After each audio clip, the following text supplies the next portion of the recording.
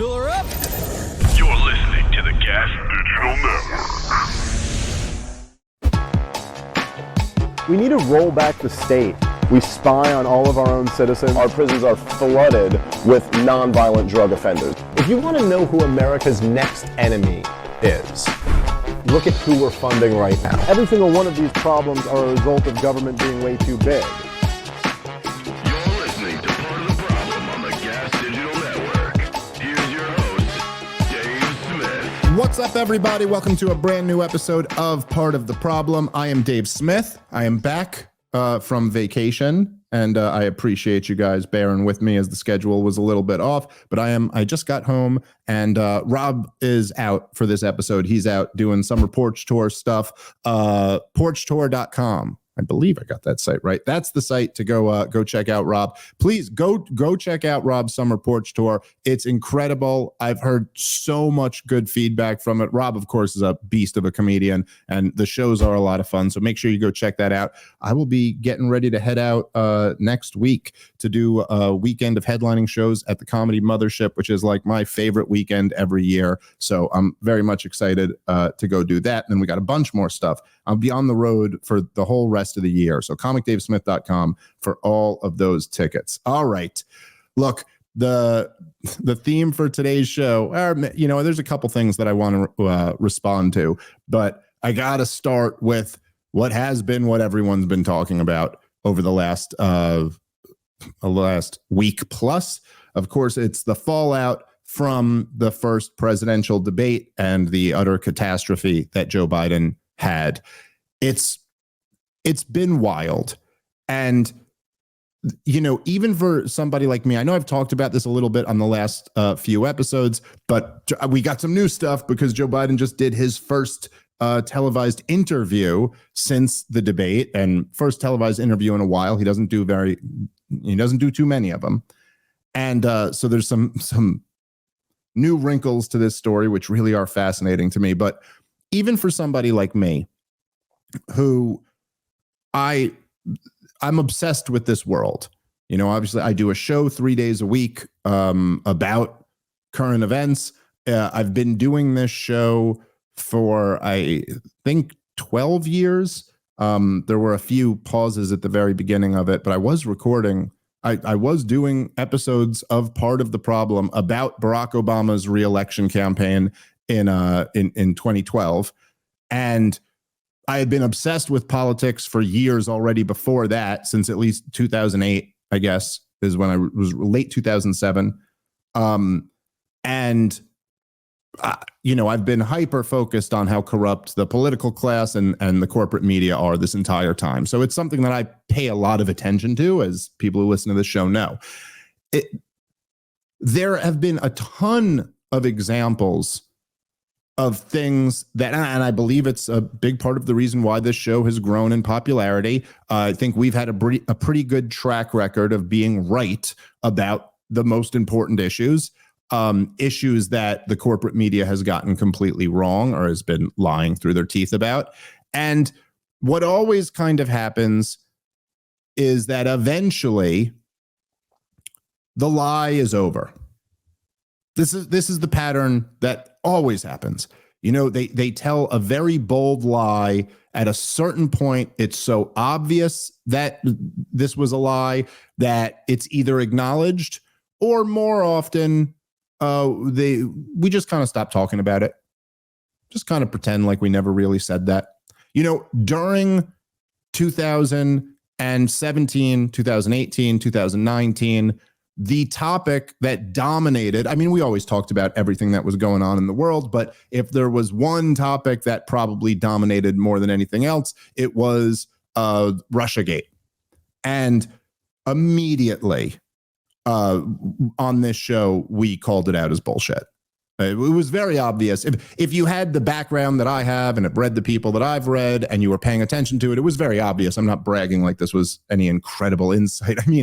When you think back to it, the claim was that Vladimir Putin had overthrown our democracy and installed Donald Trump, who was involved in a conspiracy with the Russians. And the evidence for this was nothing. Nothing. The best they could come up with is a lot of people in the intelligence agencies say so. And if you remember back then, they used to say things like 43 different intelligence agencies all say the same thing, but they never presented any evidence because there wasn't any.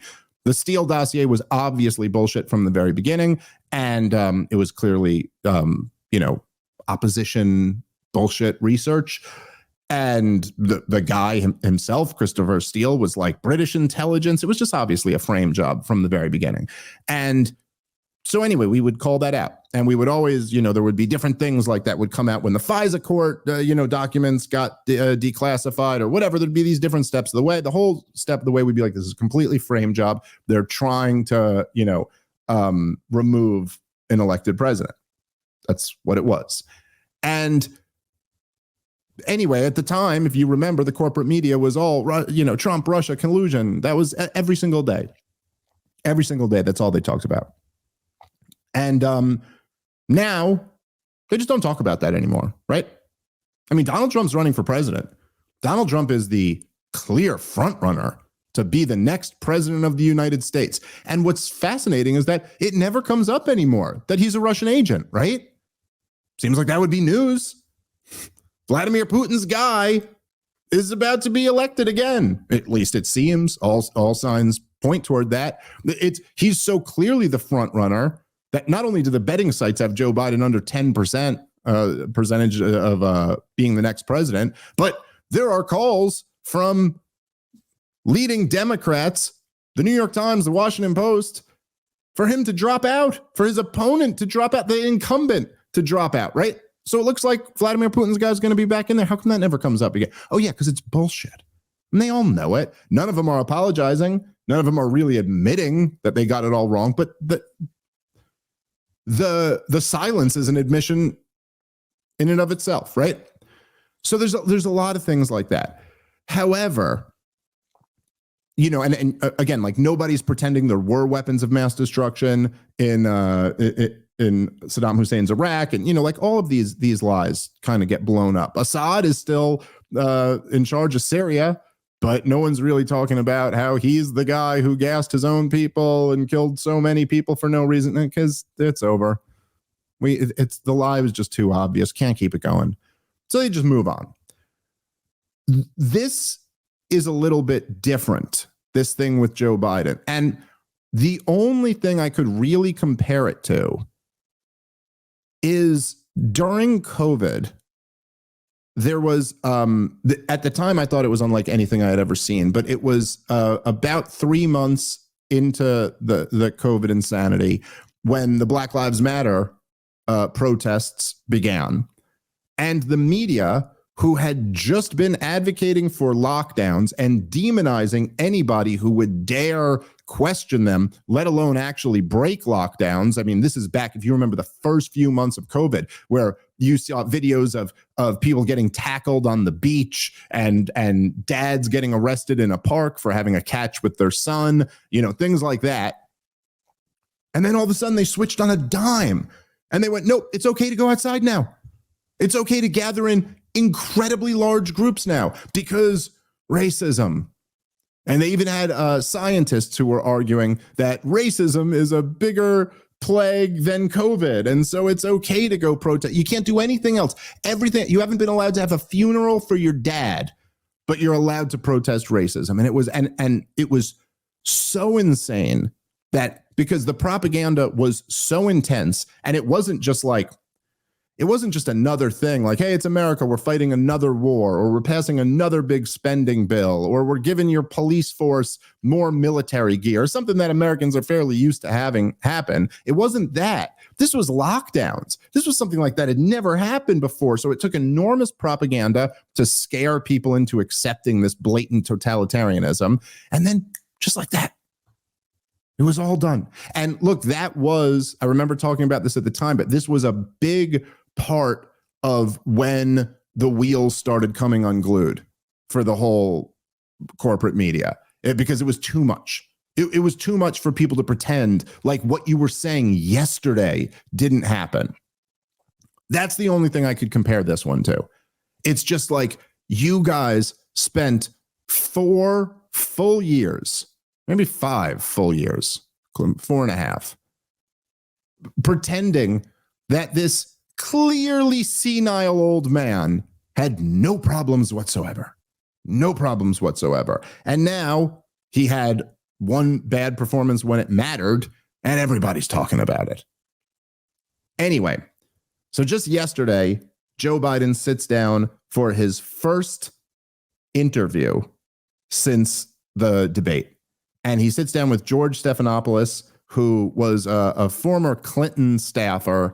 This is a career, basically went from just working for Democrats to working for Democrats, but this time at ABC News. So that's who he chooses for this interview. Now, before we start playing it, because it is, I think it was quite incredible. It should be pointed at. So as I mentioned in the last episode, I go, the reason why Joe Biden is toast here and why I'm convinced he will not be the nominee is that it's not just the debate performance itself. Look, that debate performance was a bridge too far for any presidential candidate. Nobody is recovering from that. You could have a bad debate. You can't have that because that wasn't a bad debate. It just wasn't a bad debate. It was much, much more than that. It was a demonstration of a clear inability to do the job. And so he's toast. But the reason why, even if there was a way you could imagine recovering from that debate, the big problem Joe Biden has is that now the curse is lifted. Everybody's allowed to talk about the fact that this is a real issue. And in fact, not only allowed to talk, they were put in a position where they had no other choice but to talk about it. And so now every senior moment that he has, I mean, look, it's still early July. Still got all of July, August, September, October, and the first week of November. What are the odds Joe Biden can get through that much time without more senior moments? I don't know. 0? Would 0% sum it up? So and now you're tasked, and now there's going to be so much more of a microscope on every one of those moments. And now, of course, Joe Biden, their campaign is now tasked with the impossible because they have to now respond to this. They have to demonstrate that Joe Biden isn't a senile old man, that he is capable of doing the job. Well, how the hell do you demonstrate that when your guy is Joe Biden? It's impossible. It's like if I told you, all you got to do is have a vertical leap of 100 feet and I'll give you this job. You're not getting it because that's impossible. Doesn't matter how athletic you are. It's just impossible. All right, guys, let's take a moment and thank our sponsor for today's show, which is Proton VPN. Proton created Proton VPN to further protect the journalists, activists, and everyday citizens who use Proton Mail. Proton VPN breaks down the barriers of internet censorship, allowing you to access restricted online content. Proton's secure VPN sends your internet traffic through an encrypted VPN tunnel to keep your browsing data safe, even over public or untrusted internet connections. As a Swiss VPN provider, Proton does not log user activity or share data with third parties. Their anonymous VPN service keeps your browsing history private and enables an internet without surveillance. Proton VPN is available on all of your devices, including PCs, Macs, smartphones, and even routers. A secure internet connection you can trust is essential to maintaining your privacy on your laptop at home, your mobile device on the road, or your workstation at the office. To check out an exclusive and limited time offer, go to protonvpn.com/Dave Smith. This is a limited time offer, so go check it out today. protonvpn.com/Dave Smith. All right, let's get back into the show. Anyway, let's play this from the very beginning. Here is the unedited first interview since the debate with Joe Biden. From ABC News, a special edition of This Week. President Joe Biden, his first television interview since the debate. The news-making exclusive. Now reporting from Madison, Wisconsin, George Stephanopoulos. Good evening from Madison, Wisconsin for a special edition of This Week. The first broadcast interview with President Biden since last week's debate. Earlier this afternoon, we taped the 22-minute interview. There are no cuts, no edits. We have not touched it. At this pivotal moment in the presidential campaign. Pause it already, because this is why I wanted to play the intro, Brian. I mean, Jesus Christ, dude. So they're trying to spin this, because obviously the task here is try to get him over. He's going to show that he is up to the job. He's young and full of vigor, and So they go. He'll sit down with George Stephanopoulos for, as he just mentioned, the entire 22 minutes, unedited. That way to show that you have stamina. You'll do a 22-minute interview. Just think about how crazy that is. If anyone was actually competent and they wanted to demonstrate that, well, the way to do it wouldn't be to sit down with a friendly reporter for a sitcom amount of time. But that's what you get with Joe Biden here. That's what they're going to give you. All right, let's keep playing. Campaign, here it is. Mr. President, thank you for doing this. Thank you for having me. Let's start with the debate. You and your team have said you had a bad night, but your friend Nancy Pelosi actually framed the question that I think is on the minds of millions of Americans. Was this a bad episode or the sign of a more serious condition? It was a bad episode. No indication of any serious condition. I was exhausted. I didn't listen to my instincts in terms of preparing, and I had a bad night. He fumbled the first sentence. The first sentence. He's completely slurred his words. No indication of the what. I mean, listen, dude, this is not a bad night. Dude, I never use the term gaslighting, or almost never use the term. I don't know. I don't like using terms that I didn't grow up using. I don't like using the terms that the kids use. I'm not a kid. I'm a dad. I'm not supposed to say young people things, but I just don't know what the term is other than that. It's like, are you trying to make me feel fucking crazy? Because I know I'm not crazy. Like, what? This is not a bad night. You cannot speak, motherfucker. That's not a bad night. That's like, I don't know, guys, if you started watching this podcast and I could no longer speak, you might be like, I don't think we could keep watching this podcast anymore. Because that's kind of the whole job. And not being able to speak is a problem. It indicates something. And my God, look, they got him here. How fucking hilarious is it that they tried to make him orange like Trump? Do you remember that old SNL sketch? It was actually a really funny one. I don't regularly watch the show that much since I was a little kid, but they had the one where Hillary Clinton was turning into Bernie Sanders little by little, and she was trying to be more and more like him. They got Joe Biden, who his color during the debate was, terrible. Now they got him with this like spray on orange tan.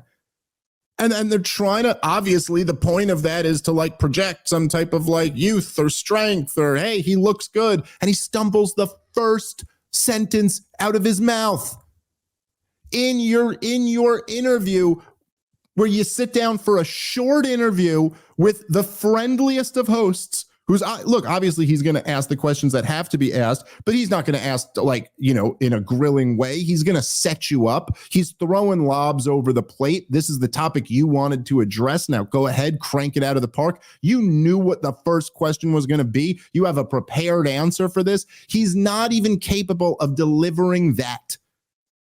He can't speak. You tell me how you can recover from that debate when going forward, you got a candidate who can't speak. I know Fetterman's in the Senate, but there's something different about being president of the United States of America. All right, let's keep playing.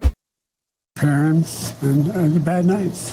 You say you were exhausted, and I know you've said that before as well, but you came, and you did have a tough month, but you came home from Europe about 11 or 12 days before the debate, spent 6 days in Camp David. Why wasn't that enough rest time, enough recovery time? Because I was sick. I was feeling terrible. Matter of fact, the docs with me, I asked them, they did a COVID test because they were trying to figure out what was wrong. They did a test to see whether or not I had some infection, a virus. I didn't. They just had a really bad cold. And did you ever watch the debate afterwards? I don't think I did, no. Well, what I want to get at is what were you experiencing as you were going through the debate? Did you know how badly? We are, okay, we're a minute and 54 into the video, but around 30 seconds of that was intro. We're a little over a minute into the interview. Again, keep in mind what the purpose of this interview is: to combat the narrative that Joe Biden is too old and senile for the job, to deal with the fact that even within your own party and within your own media apparatus, there are numerous calls for you to drop out of the race. That's what we're here to combat. He slurs his first sentence. The second question is, have you watched the debate from last week? And he can't remember. I mean, you could, I don't know what to tell you. You can't make this shit up. He doesn't remember whether he watched his disastrous career-ending performance that was last week. He can't remember. He doesn't have an answer for that. Whew. Let's keep playing. How badly it was going? Yeah, look. The whole way I prepared, nobody's fault, mine. Nobody's fault but mine. I prepared what I usually would do, sitting down, as I did come back with foreign leaders or the National Security Council, for explicit detail. And I realized about partway through that, I get quoted, the New York Times had me down at 10 points before the debate, 9 now, or whatever the hell it is. The fact of the matter is that when I looked at... Incoherent. Every step of this is incoherent. What the hell are you trying to say, old man? This is just so wild to see. Hey, I prepared, as I was prepared as foreign leaders, brothers, and so, there's nobody's fault, my own fault, nobody's fault but my own fault. And I realized about halfway through the debate, New York Times had me down 10 points before, 9 points after. Holy shit, man. Holy shit. Yes, as we've all known for fucking at least 4 years now, the guy is suffering something. And I don't know what it is. I don't know if it's there's all types of speculation about Parkinson's or Alzheimer's or the senility or all this. The guy is an old man who is in severe mental decline. That much is clear. It's just so undeniable. No, I'm sorry. There's no way. Nobody cannot see this. Nobody. Let's keep playing. Is that he also lied 28 times. The way the debate ran, not my fault, no one else's fault. No one else's fault. But it seemed like you were having trouble from the first question in, even before he spoke. Well, I just had a bad night. You've had some bad interviews once in a while. I can't remember any, but I'm sure you did. I've had plenty. Okay. I guess the question, the problem. So he tries to do this thing where he goes, he's like, nobody's fault but my own. But then he invokes Trump lying and the way the debate was ran. And he says at one point about halfway through, I just realized, he didn't finish the thought. So I don't know exactly what he was saying, but he's pointing fingers at everybody else while he's saying nobody's fault but my own. And then, of course, Stephanopoulos has to point out, he goes, yeah, but you had trouble immediately. And then his thing is, oh, bad night. That's going to be the new excuse. Bad night. I'm sure you've done some bad interviews. No, that just isn't it. That isn't it. You're having another bad night right now. You stumbled the first answer to the most obvious question.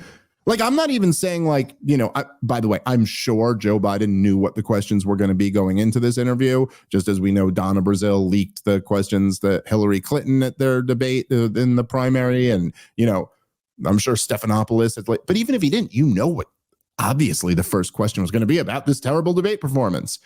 And you fucked that up. And you could say, I'm sure you've done some bad interviews before. And believe me, Stephanopoulos has done some bad interviews before. But he's doing one right now. But, I've had some bad podcasts before. I've had some bad stand-up sets before. Sure, that happens. We're all only human. I've never had any where I lost the ability to speak. Never had any where I lost the ability to be coherent in any way. There's just something different about that. There's something different about, let's say a comedian could go have a bad set, like the crowd just sucks or whatever. Maybe you fuck up a little bit and whatever. But that would be different than a comedian going up there demonstrating an inability to speak, an inability to tell a joke. That's different. Then you start questioning whether this guy can be a stand-up comedian at all. I may have a podcast that's not so great. Maybe some of my arguments weren't as tight as they could have been, but I didn't have an inability to make an argument. I didn't have an inability to complete a sentence. That's a different thing. It's not the same. All right, guys, let's take a moment and thank our sponsor for today's show, which is Nevin Eyewear. Got to tell you about them. They're my favorite new sunglass company. The sunglasses are a steal, crisp lenses, and a ton of styles at a fantastic price. If you guys are like me, like I literally just came back from the beach. I was wearing Nevin sunglasses while I was there. I lost a pair on this trip.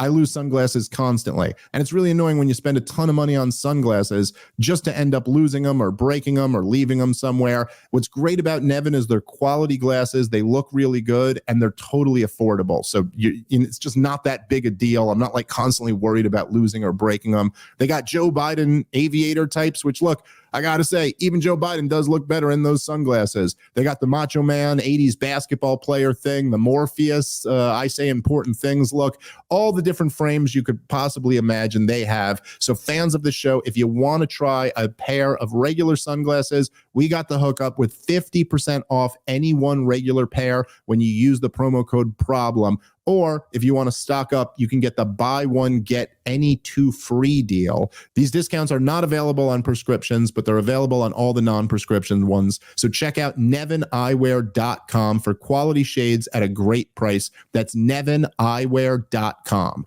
All right, let's get back into the show. Let's keep playing. I guess the question, the problem is here for a lot of Americans watching is you've said, going back to 2020, watch me. Yep. To people who are concerned about your age. And, 50 million Americans watched that debate. It seemed to confirm fears they already had. Well, look, after that debate, I did 10 major events in a row, including until 2 o'clock in the morning after that debate. I did events in North Carolina. I did events in Georgia. Did events like this today. Large crowds, overwhelming response, no slipping. And so I just had a bad night. I don't know why. And how quickly did it come to you that you were having that bad night? Well, it came to me as having a bad night when I realized that even when I was answering a question, even though they turned his mic off, he was still shouting. And I let it distract me. I'm not blaming it on that.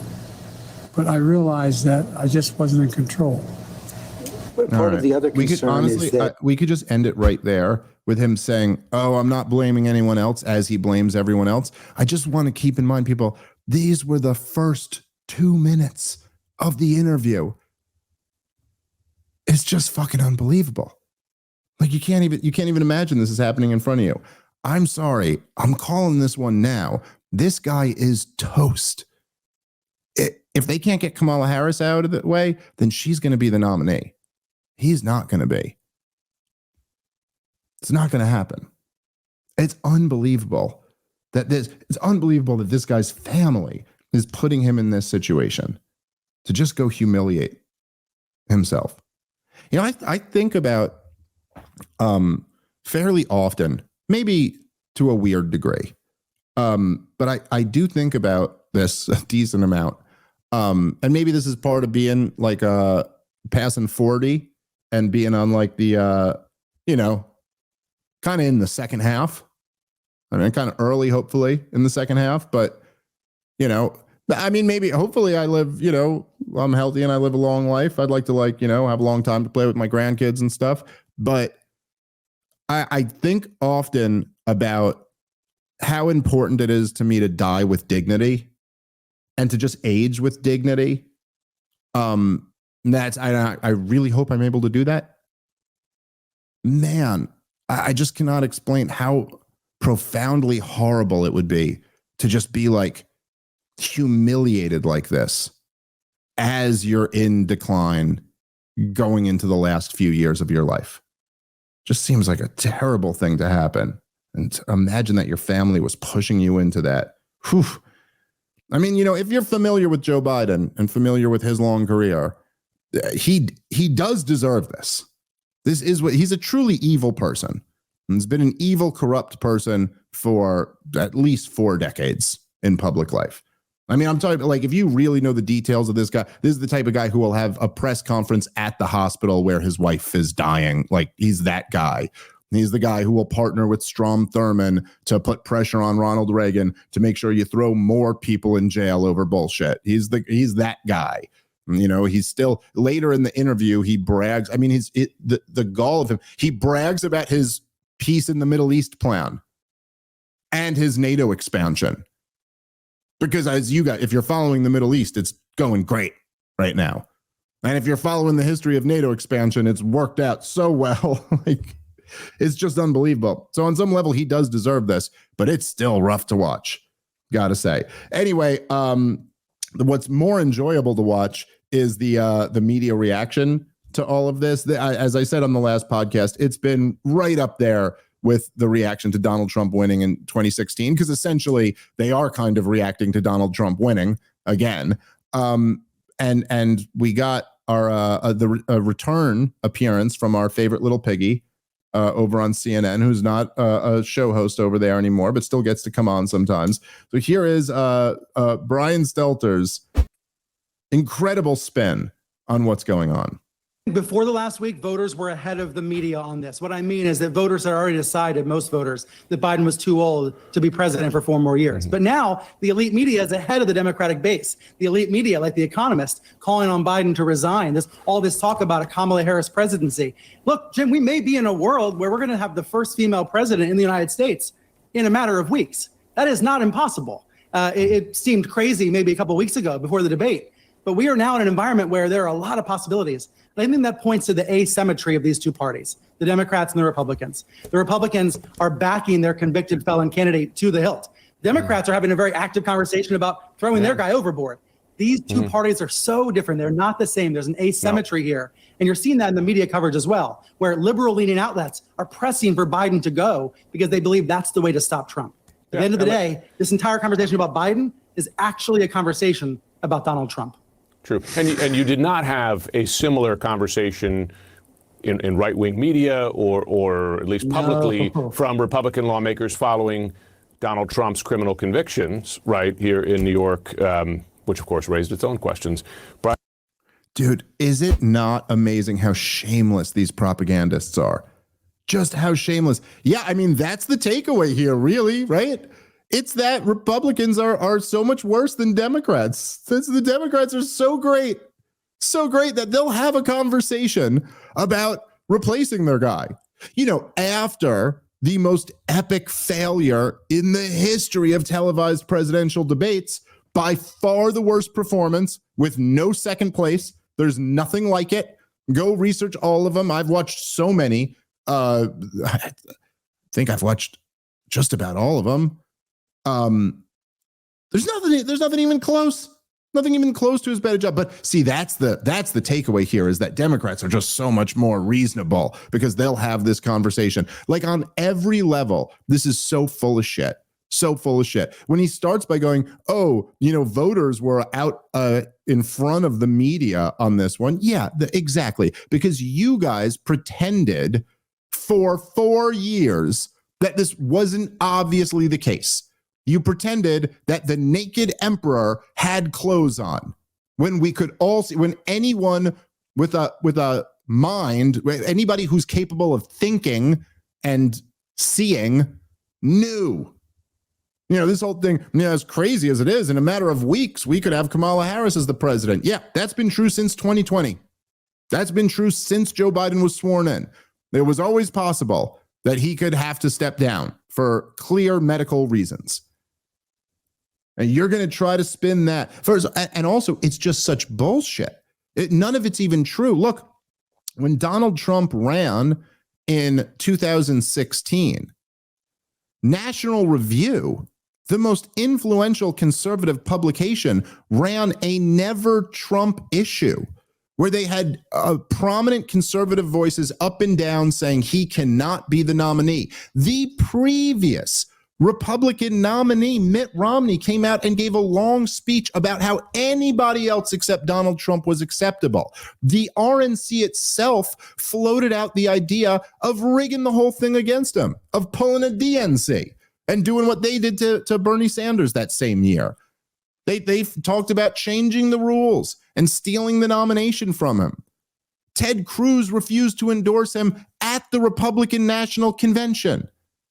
What are you talking about? This year, in 2020, let's not forget that, by the way, he was impeached twice, that you had Republicans like Liz Cheney who were championing the January 6th hearings, Mitt Romney, guys like that. This year, they tried to anoint DeSantis. All the big money went to him and Nikki Haley.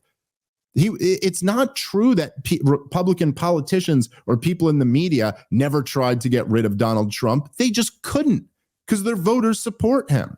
And yes, you could say, hey, even after he was convicted of multiple felonies, the voters didn't decide they wanted to get rid of him. It goes, yeah, because the felonies are bullshit. They're clearly bullshit. That's not the equivalent. There's no analogy between that and if Donald Trump were to get on stage and couldn't speak. If he couldn't speak or walk or think, that's not the same thing as some trumped up, no pun intended, charges. It's like, what world are you living in? What a pathetic level of spin you have to go to even try. But look, again, Brian Stelter was the guy who would do the weekly show on media, and every single week the report would come in the same. CNN's doing a great job. It's all that misinformation on the internet. Joe Rogan's the problem. That was that guy.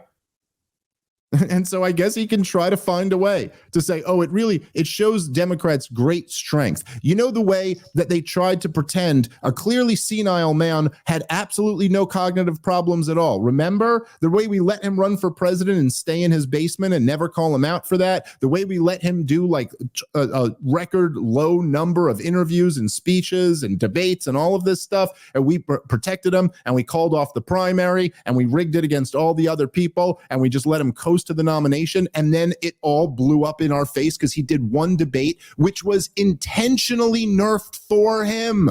They designed it so there'd be no live audience, no other media in the room, mute Donald Trump's mic when he's not speaking, make it the easiest debate possible for Joe Biden so we can just get him over the finish line, and he still collapsed and had the most profound failure of any president in the history of the United States. That demonstrates that we're so much better than the other side. Because once that profound failure happened, some of us started to admit that maybe we have to bring someone else in. You just can't make this shit up. It's really just incredible. All right, guys, let's take a moment and thank our sponsor for today's show, which is Lumen. Lumen is the world's first handheld metabolic coach. It's a device that measures your metabolism through your breath. And on the app, it lets you know if you're burning fat or carbs and gives you tailored guidance to improve your nutrition, workouts, sleep, and even stress management. All you have to do is breathe into your Lumen first thing in the morning, and you'll know what's going on with your metabolism, whether you're burning mostly fats or carbs. Then Lumen gives you a personalized nutrition plan for that day based on your measurements. You can also breathe into it before and after workouts and meals so you know exactly what's going on in your body in real time. And Lumen will give you tips to keep you on top of your health game. Your metabolism is your body's engine. It's how your body turns the food you eat into fuel that keeps you going. Because your metabolism is at the center of everything your body does, optimal metabolic health translates to a bunch of benefits, including easier weight management, improved energy levels, better fitness results, better sleep, etc.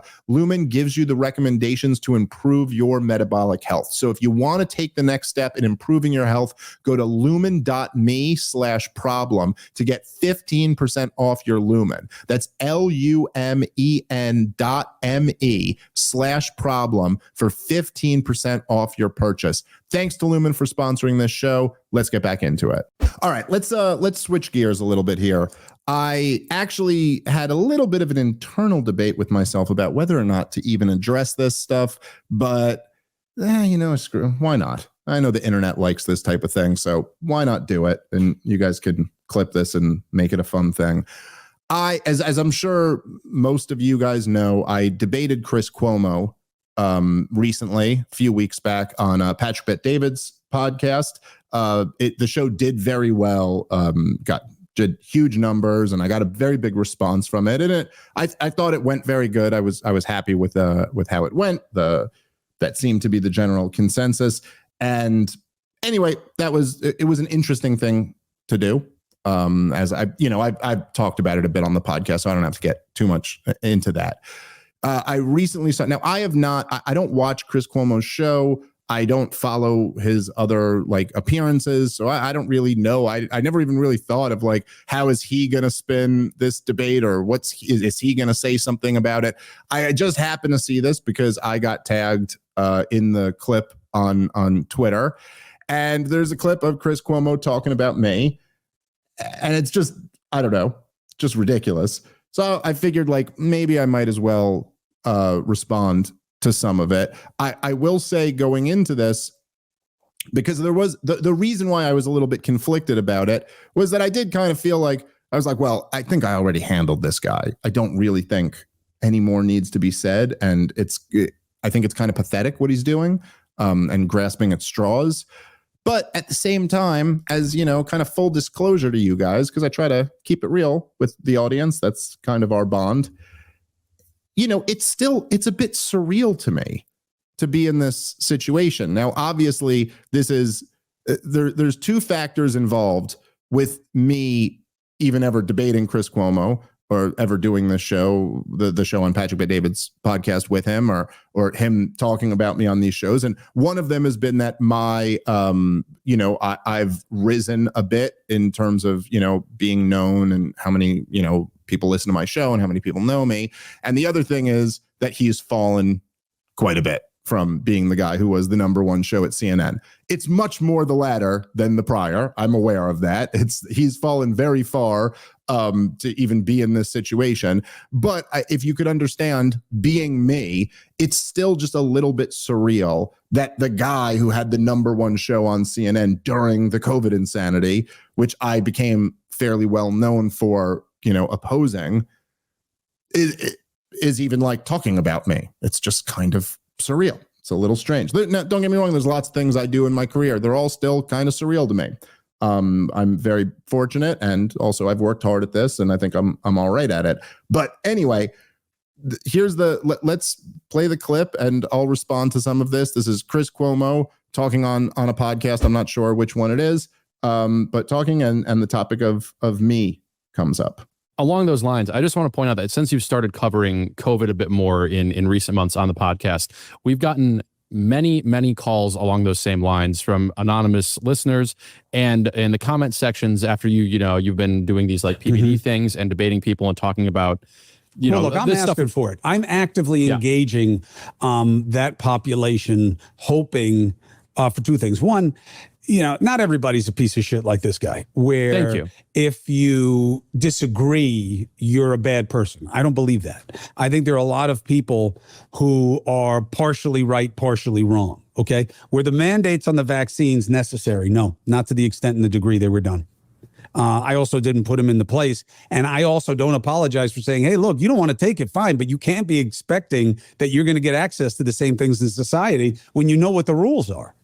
Now, that's a separate issue from whether or not those were the right rules. I don't make the rules. I was just saying, if you really think you're going to not get vaccinated but be able to go to work, you're making a stupid decision. If you think your kids are going to be able to go to school, you're making a stupid decision. Now, you can say, yeah, but they shouldn't have had to. It's a different discussion, okay? And the idea that I was bought off... Let's pause it right here. Okay, so that's a different discussion, whether or not you should have been forced to take this vaccine. It's like, yeah, Chris, that's the discussion we're trying to have. That's the discussion we are talking about.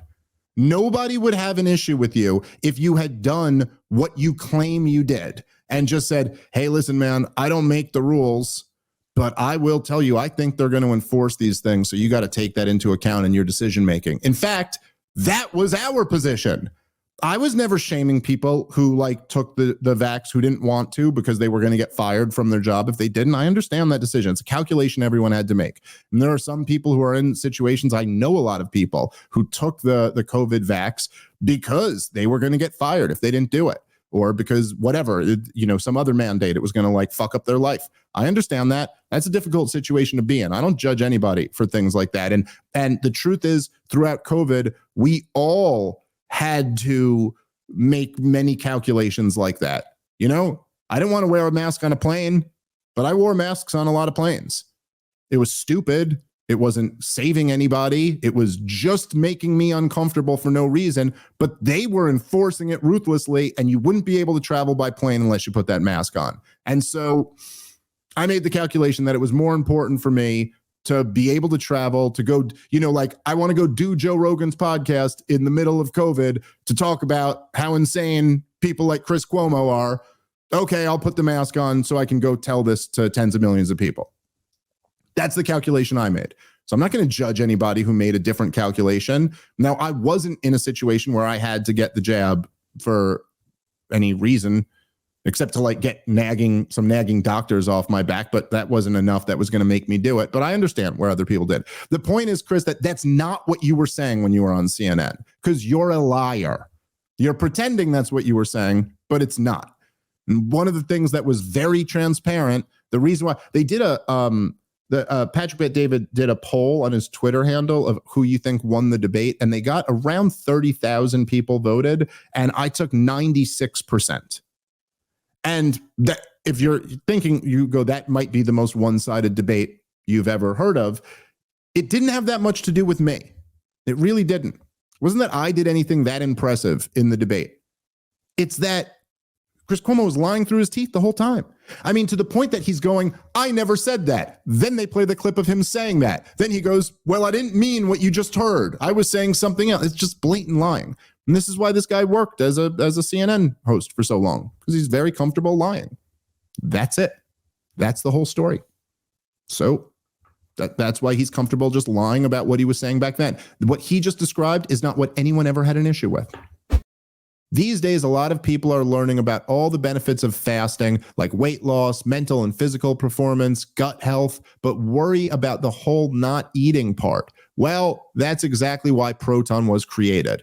Proton is a revolutionary plant-based nutrition program that nourishes the body while making cells believe they're fasting. Researched and developed for decades in the University of Southern California's Longevity Institute and backed by leading U.S. medical centers, Prolon helps promote healthy blood sugar, supports cardiovascular health, and reduces abdominal fat. But Prolon isn't a diet. Prolon is science based on Nobel Prize winning discoveries in medicine. And this all starts with Prolon's 5-day program. Snacks, soups, and beverages all designed to keep your body in a fasting state. It's unlike anything you've ever experienced. You got to check this out. Right now, Prolon is offering Part of the Problem listeners 15% off their 5-day nutrition program. I've always been really interested in this new fasting stuff that everyone's doing, but I just don't have it in me to fast. So this is perfect for me, and I'm very interested to check this out. So right now, Prolon is offering Part of the Problem listeners 15% off their 5-day nutrition program. Go check it out at prolonlife.com/PTP. That's prolonlife.com/PTP. All right, let's keep playing. You're making a stupid decision. Now, you can say, yeah, but they shouldn't have had to. It's a different discussion, okay?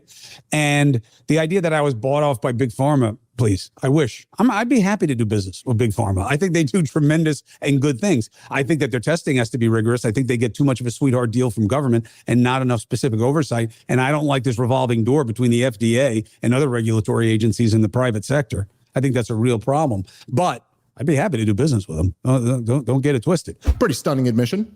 Okay. He'd be happy to be bought off by Big Pharma. Okay. Of course, it's very easy to ask yourself questions that nobody else is really asking you and then answer the very easy questions. Oh, people say I was bought off by Big Pharma. I'd be happy to, but I wasn't bought off by Big Pharma. It's like, yeah, no one's ever said that. No one's ever said that Big Pharma was directly paying Chris Cuomo. What they said was that Big Pharma was paying CNN and CNN was paying Chris Cuomo. Now, that's just factually true. That's objectively true.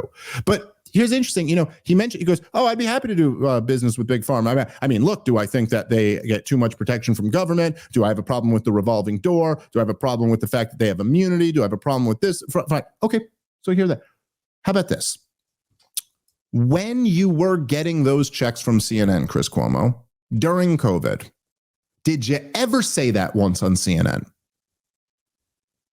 That's a question. You know how when he claims he didn't say something on CNN and then I say he did, and then the booth at Patrick Bet David, they find the clip within 5 seconds and they have it up there? The internet is forever. Find me the clip. Find me the clip of Chris Cuomo ever saying anything like that on CNN during COVID. Like while he was demonizing the unvaccinated, which you can find endless clips of, is there ever a clip in there of him pointing out that, there is this revolving door and, they do have all this protection from government? Find it. Please, somebody find it to me. I'll issue a full apology to Chris Cuomo if anybody can find the clip of him saying that on CNN during COVID, when this was the topic of conversation every night. Did you ever point that out? Yeah, so that's the point. It's not that you took money from Big Pharma. We know, as you admit, you'd be happy to. They weren't offering it. But you did take millions and millions from CNN, and CNN did take millions and millions from Big Pharma. So there's 1 degree of separation. Like, what the hell does that mean? Like, it's like imagine if, I don't know, some company gave the Gas Digital Network, tens of millions of dollars, and then the Gas Digital Network gave me tens of millions of dollars, and then I used my podcast to say nothing but good things about that company, which was one of the most corrupt companies on the face of the earth. And then I went, that company never gave me no money. See how stupid this is? It's like just a mix of being a liar and not being nearly as impressive as he believes he is. All right, let's keep playing. See, he has this warped idea that is sold online by guys like Dave Smith and others, where, he's a libertarian, which basically means he's better than both sides, but he doesn't own or operate or control anything. That's my problem with libertarians. Pause it right there. It's okay, well, that's your problem with libertarians. Well, okay, but that's because you're a fucking idiot. So I'm better than both sides, but I don't control anything, so I don't have to own anything. Dude, didn't you just 5 seconds ago point out that you didn't institute any of the mandates? Right? You were the #1 show at CNN cheering on a government policy, but you can distance yourself from that by saying, I didn't actually implement it. And then you're going to turn around and that's your criticism of libertarians? Your criticism of libertarians is that we just think we're better than both sides? I don't think I'm better than both. I think I'm better than you. How about that? I think my track record on COVID was better than yours. Put up my greatest hits against your greatest hits, or just go watch the debate that we did. It's like, I don't know what to say. I would let well enough be, just leave it alone. Let the debate speak for itself. I'm going to sit here and keep trashing Chris Cuomo, but if he's going to come out trashing me, why the hell shouldn't I respond? Especially when he's trashing me with the most idiotic takes. Okay. Let's keep playing. It's like, oh yeah, I don't want the government. Yeah, I know. But the only libertarian I ever met before college was like my manager at Circuit City, and it's not really a judgment on him. I was just like, oh, fine. Really? You? It's fine, but really, most people are libertarian. Sure. Most people believe that government should stay out of your life unless you really need them in your life. All the government you need, but only the government you need. I just believe it's a little bit of a pat on the back that is a little bit of a hollow label. Like, what does that mean? You're a libertarian. So what? He's an anti-vaxxer. Okay. And he is doing it with a misplaced sense of priority and telling the government to go fuck itself. And I get it. This is America. We're uniquely that way. All right. You can pause it right there. I just the incoherence of saying like, this is what I hate about about libertarians. Also, most people are libertarians. Also, it's an empty label. So then does it mean the thing that you just claimed it means? Then him also saying he doesn't know what it means. I wholeheartly believe that you don't know what it means. Like, okay, I'd be happy to teach you someday if you wanted to know, but like, whatever. And then, but just, I'm an anti-vaxxer. Just how lazy is this term? I'm an anti-vaxxer who just wanted to tell the government, go fuck yourself or something like that. Like, you know, for anybody who actually listens to this show, I'm not an anti-vaxxer. It's just not true. As I know, like there's some that people call RFK an anti-vaxxer, and then he'll say he's not an anti-vaxxer, but I'm also not even, I'm totally agnostic on the question of like most vaccines. I don't know. I'm totally agnostic on the like stuff about the MMR vaccine, like leading to increased rates of autism. I don't know. I just really don't know enough about it. I'll say I'm less dismissive of anti-vaxxers than I was in the past, because I've seen how many lies were told about the COVID vax, and I've seen how the whole system kind of works to protect those lies, and the perverse incentives involved and the government protection involved, and the absolute lack of caring about the lives that they were ruining with mandates and misinformation about the vaccine. But no. I'm not against vaccines. I'm against the lies that this vaccine was sold on. I'm against the fact that millions of Americans who shouldn't have taken the vaccine were forced to. That's what I'm against. And there's a number, I don't know exactly what it is, and I don't think anybody has the exact tally, but there's a number, and it's not insignificant, of people who never should have taken this vaccine who were injured by it. And that happened because there was the force of government behind it. There was the force of private companies behind it. And there was tremendous social pressure to do it, in large part because you had lying propagandists like Chris Cuomo, who night after night told everybody that they were safe and effective, and you were a big dope if you weren't getting them, and you were the reason why the entire country was still suffering. That's what I'm against. You know, in the debate, Chris Cuomo, I said that probably for people who were old and sick and had never had COVID, it made sense to get the vaccines when they first came out. And he said, how about people who were living with someone who was old and sick and had never had COVID? And I said, I don't think so. And he took issue with that.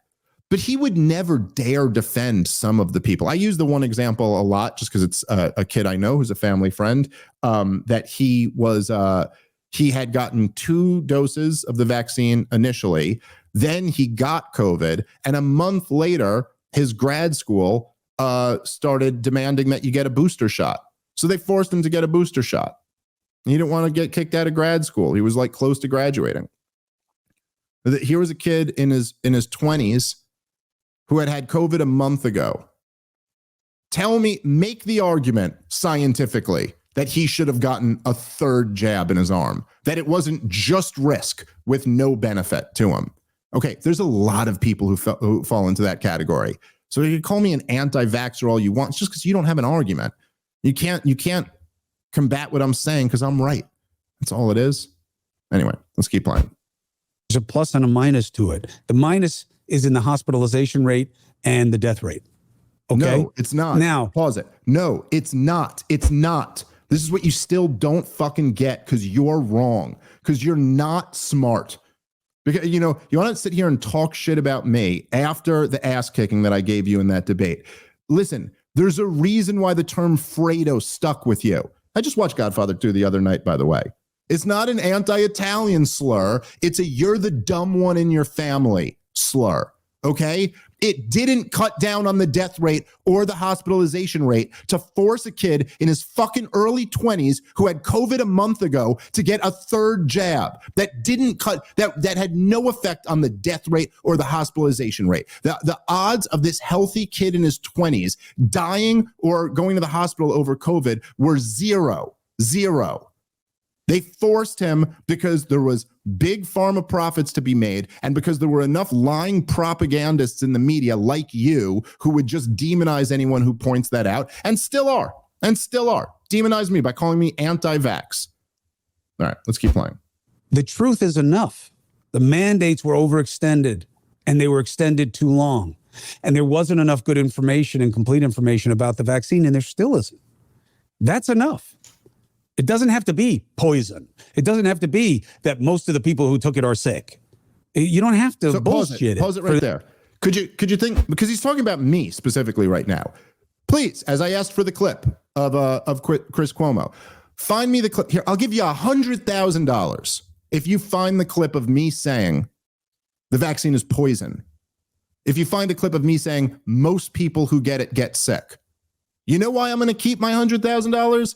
Because I never fucking said anything even remotely close to that, ever. It's so pathetic. He just goes on these like long rants where he asks himself questions that nobody else is asking and then answers that. Or he just attacks the most blatant straw men. It's just, Dave Smith is an anti-vaxxer who says it's poison and that most people who get it are getting sick. What? It's so funny that you have to project lies onto me, but like I wasn't really telling lies during COVID. You told nothing but lies during COVID. That's your legacy.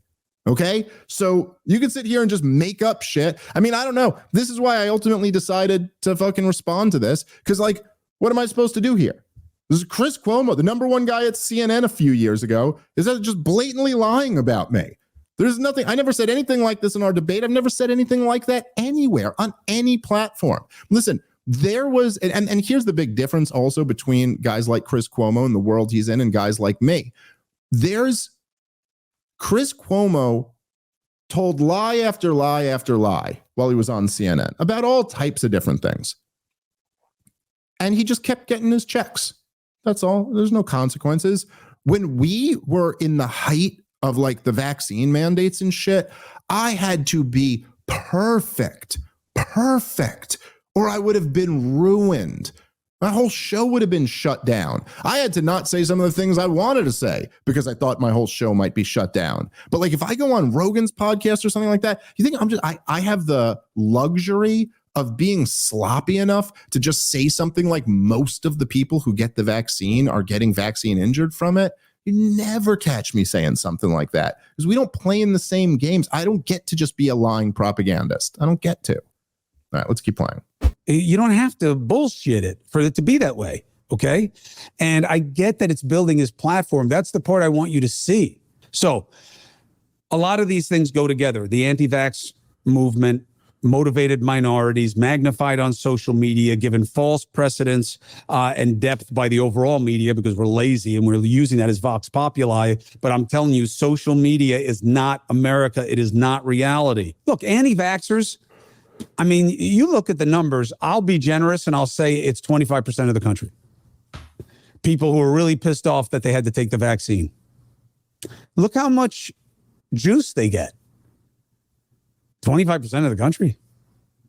Why so much juice? Donald Trump doesn't even embrace that position. And this is the guy who has said every kind of fringy thing he can to foment anger and tension in this country. But he won't embrace the anti-vaxxers. What does that tell you? It tells me that you're an idiot. Along those lines, I just want to point out.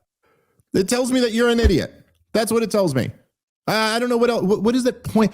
Every single point that he just made there, including the fucking shot at me, which is all he can say because, he's got nothing else. He can't win the argument. So he lies, blatantly lies about what my position is, and then says, and look, it's building his platform. It's building his, and that's what I want you guys to see. So he's saying, which by the way, it is the lowest form of debate or argument in general, is to just insist that the other person has these evil motives rather than taking on what their arguments are or what they're actually saying or what they have said in the past.